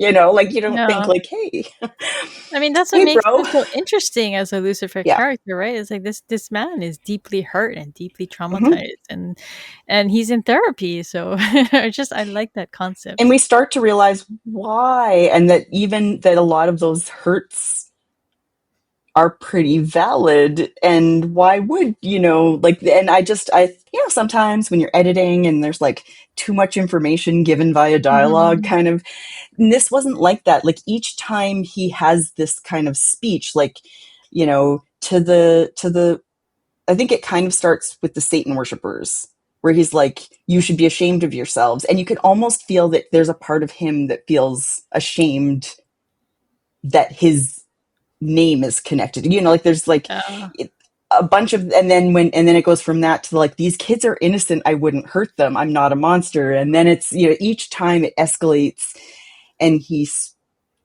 in the way that's very difficult as an actor, but is really great when you nail it. Each time is a slightly different way of looking at it, and he sells it because you're like, each revelation he's having is another kind of like sucker punch in the yeah, gut. And I think that like I think about why I love the show, and it like that, taking that idea and really running with it and giving us this sympathetic character that's still flawed and still screws up and is still selfish and is still all those things, but you still care because you're like, yeah. yeah, but he's trying. He is. Yeah, He's and of growing course, since it ends slowly. on that, that scene at the end with Chloe is kind of the culmination of this monologue throughout the whole episode. Yeah, And he's been worrying that she's gonna be his demise the whole time, and then it yeah, ends with her arresting him, even though she clearly which doesn't want to. which I think too is that like an even crispier moment. That moment where Linda says, "Then stay away from her," and he says he doesn't want to. Like that's Yeah, the crux. yeah, He could make this go away. He doesn't have to. If he wouldn't have to feel vulnerable. He wouldn't have to feel like he was in danger ever if he just moved to Cleveland. You know, but he doesn't want to do that.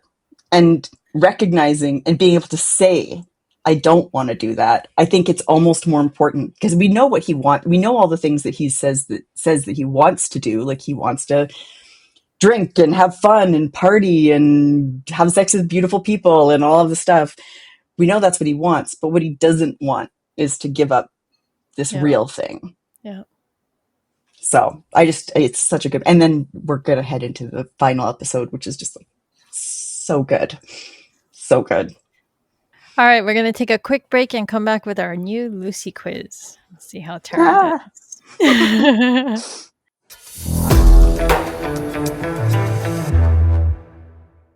All right, we're back with a new Lucy quiz. The way this works is I will ask 5 questions of increasing difficulty plus a bonus question about the episode we just discussed, and you'll have 5 seconds to come up with an answer. Are you ready? ready. Philippicus. All right, easy one. Question one. What kind of place was the victim found in?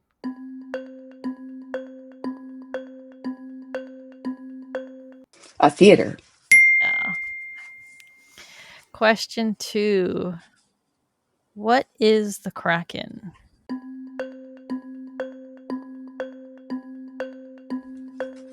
The Kraken is Chloe's mom's psycho chihuahua, Yeah, which I mean, fair enough because the I chihuahuas are know. terrifying. I Like, have like a Chihuahua mix, and she's our most vicious dog, even though we have a 80-pound dog. oh, 100%. I would never cross a chihuahua, ever. They have a complex. I swear to They do. God. Do you ever see, I can't remember his handle, but the guy who does all the skits where it's like God making dogs. Oh, I don't know. Oh, Oh, I because think. he actually, when it comes to the chihuahua, it's actually Satan who invents the chihuahua. And it is, we see it's connected to our thing. It is so funny. I'll find it for you and send it because, Okay. anyways, guys, look it up. I think John C. something like that. It's Okay. people will know. Okay. Question 3. What is the name of the Satanist cult that they investigate?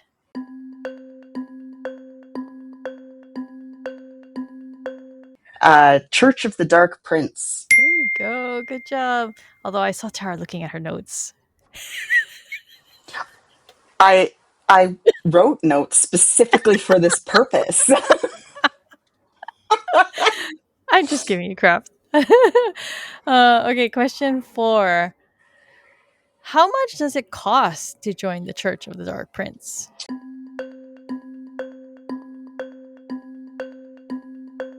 It cost $200. Yes, it's $200. All right. Question. What question are we on? 5? Is that the question? I think we are on 5. Okay, question 5. What movie does Lucifer refer to when commenting on the vibe of the church's decor?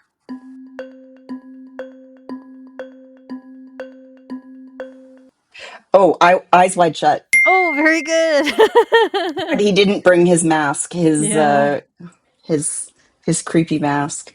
I have seen that movie once. That was enough. It was a Yeah, strange movie. it was. I have seen it once as well, and like there are images from that movie that live on in my head forever. So there's no escape.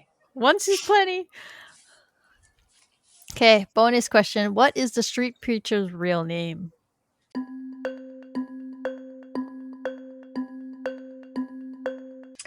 Reverend Williams. First name? God. Uh,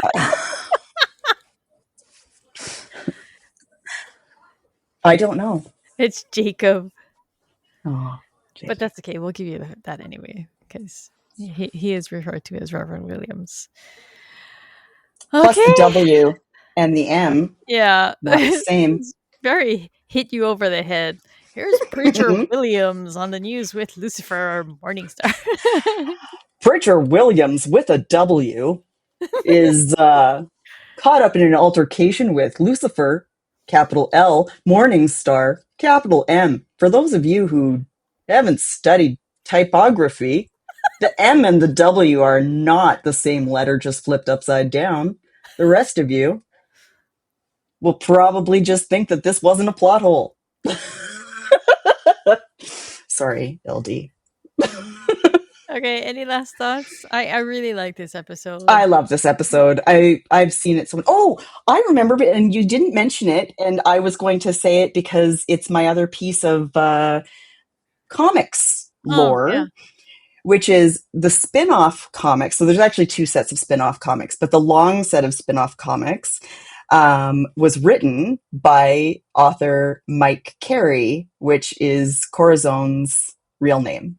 Uh, So that was the Easter egg that they threw in. There was the Easter egg about you're supposed to be blonde, which is a reference to the comics, and then Mike Carey, who ended up a victim, which is fair because they funny. didn't use his interpretation of Lucifer very much at all.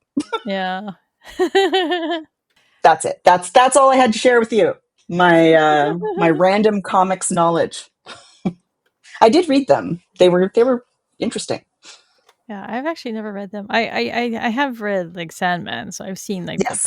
the small little appearances that Lucifer has in Sandman. So Which genuinely is what they pulled the bits and pieces I think that made it, and even the parts that are actively referenced, like in the dialogue and stuff. The kind of "I'm not evil, I punish evil" kind of thing. And that Mhm. that notion really came from the Sandman version.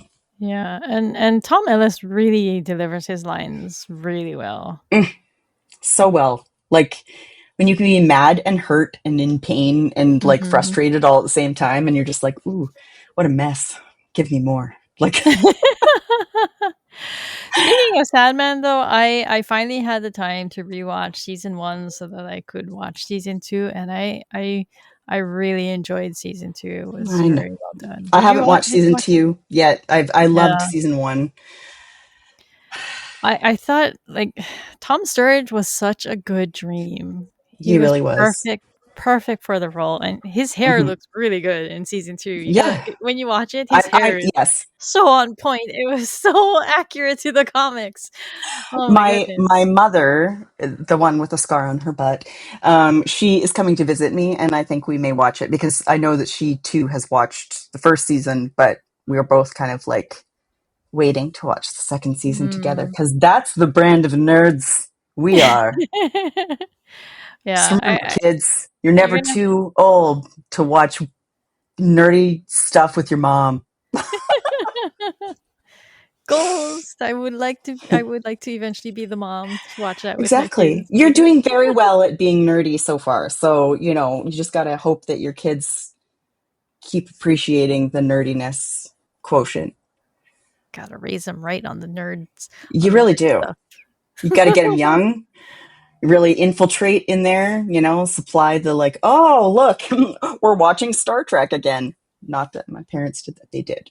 They did. My mom says that, sorry, this is temporarily like not really Lucifer related. She said that they used to, because reruns of the original Star Trek were on at like, I don't know, 11 o'clock at night. And she would like get me up to like feed me when I was a baby and like watch Star Trek reruns. So, I took in nerdiness with my milk. So, but going back to Sandman though, like the Lucifer in season 2, I mean, I really like Gwendolyn Christie, but I don't Mhm. know, I wasn't really feeling her Sandman portrayal of Lucifer as much as I really enjoyed Tom Ellis's. So, but then I don't know, they everybody brings their own interpretations, and I think the way that she did it was also fair, just because of the way that Lucifer in the comics was just very Yeah. like I'm over it already kind of thing attitude. Hmm. So yeah, it was just another way to interpret it, but I think I prefer Tom Ellis's Lucifer. So I mean, if David Bowie were still around, I would have loved to see that iteration, since I know that was kind of the original inspiration. And we have all seen, Labyrinth, so we know the weird, but are you evil? Are you what? What's happening? He can do that. actually, it's funny you say that because I actually have right here. I have my Lucifer, Oh, my Funko Pop of Lucifer, and I actually have a Jareth up there. oh, I want a Yeah. Lucifer Funko Pop. It's cute Yeah. because he's got the coin, and can you see it? He's got the coin in his Yes, hand, and he's I got his like it. wings. I love the wings. And he's got his facial hair. But does he have his chest hair? You'll never know. Oh, I don't know. Let's look. He is wearing black on black, Oh, and nice, he's nice. wearing a vest, and he's got his red Oh, handkerchief. the best, the waistcoat. The waistcoat version's always my favorite. Okay, if you are enjoying Rom-Com Detectives, please be sure to leave us a rating or review on Apple Podcasts or Spotify. For our question of the week, leave us a comment on Spotify, YouTube, or Reddit and tell us how much cash it would take for you to betray your mother. If At you'd least like a to $100. If you'd like to join additional conversations about Lucifer, you can visit the Lucifer subreddit at reddit.com/r/Lucifer. To contact me and Tara, email us at host@romcomdetectives.com. You can follow us on Instagram, Threads, or Blue Sky at romcomdetectives, or leave us a voicemail or text message at 1-650-733-XOXO or 9696.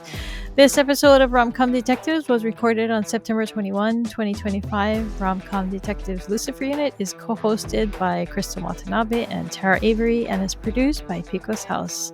Thanks for listening, everyone. We'll catch you next time for our breakdown of Take Me Back to Hell, the season 1 finale. Yay! So excited. Okay, bye. Bye.